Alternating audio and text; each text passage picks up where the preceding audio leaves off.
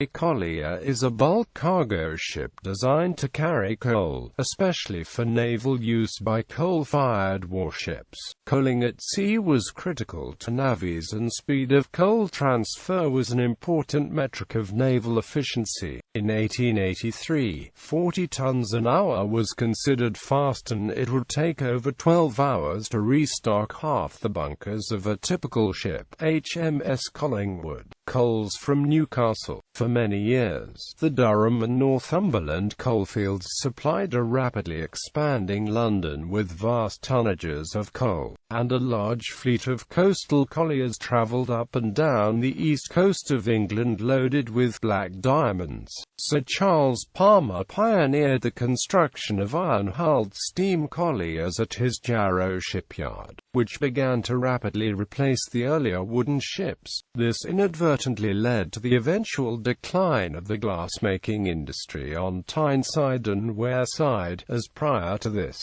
they had had access to large supplies of sand, used as ballast in the wooden colliers returning from London. The iron colliers had ballast tanks, which meant water could simply be pumped in, greatly reducing the turnaround time as the sand no longer needed to be loaded and unloaded. Coal was also exported to Europe, and wooden colliers returned with goods such as roofing tiles in the holds. The first Palmer-built iron-hulled steam collier was the SS John Bowes of 1852.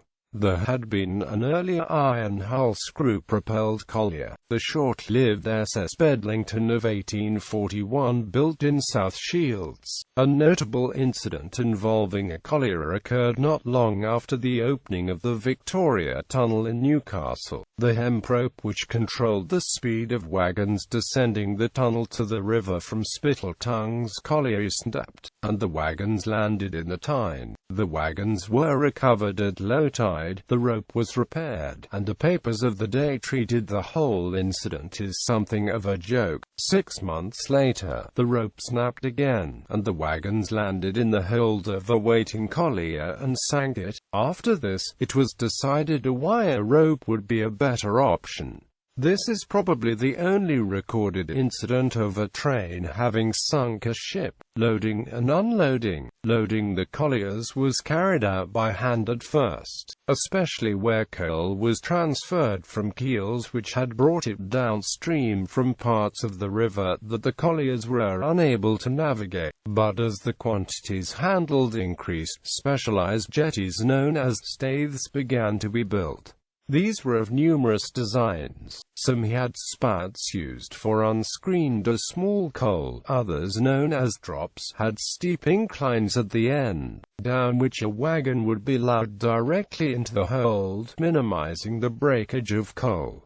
Some had both drops and spouts. The drops and spouts could be raised and lowered with the tide. Later, elevators began to be introduced, such as those at Bates Staithes in Blythe, Northumberland, and Hart in Low Staithes in South Shields. These staithes used spouts. The largely intact Dunstan staithes on the Tyne are a good example of this type. In Scotland, a system was common where wagons would be placed on a cradle and lifted into the hold of the ship, but this system was rarely used elsewhere. 2 large steam cranes were built for this purpose at the Hart and Low Staithes, but it was found that despite the size and power they were too slow to handle the amount of coal that was arriving at the staithes, and were replaced by elevators.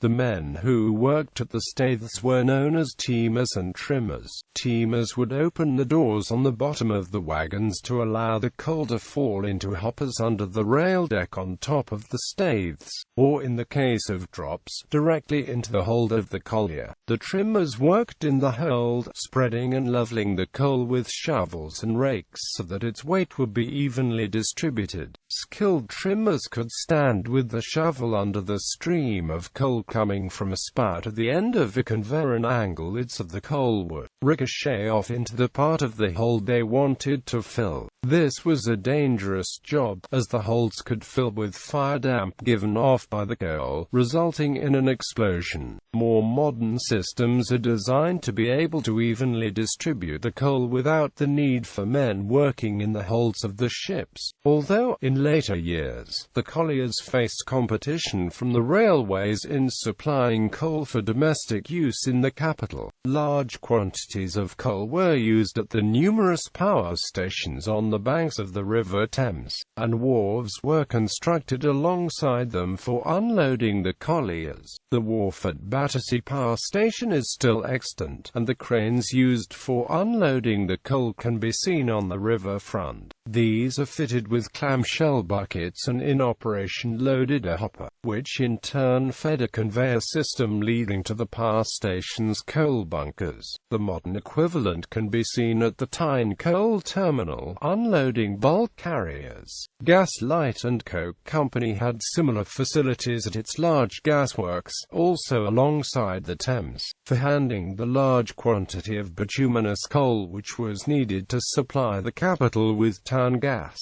Alternate uses. In the late 18th century, a number of wooden-hulled sailing colliers gained fame after being adapted for use in voyages of exploration in the South Pacific, for which their flat-bottomed hulls and sturdy construction made them well suited. Thus Langley, the first aircraft carrier in the United States Navy, was a converted collier. It was fitted with a large elevated flat deck, used before the invention of purpose-built aircraft carrier hulls.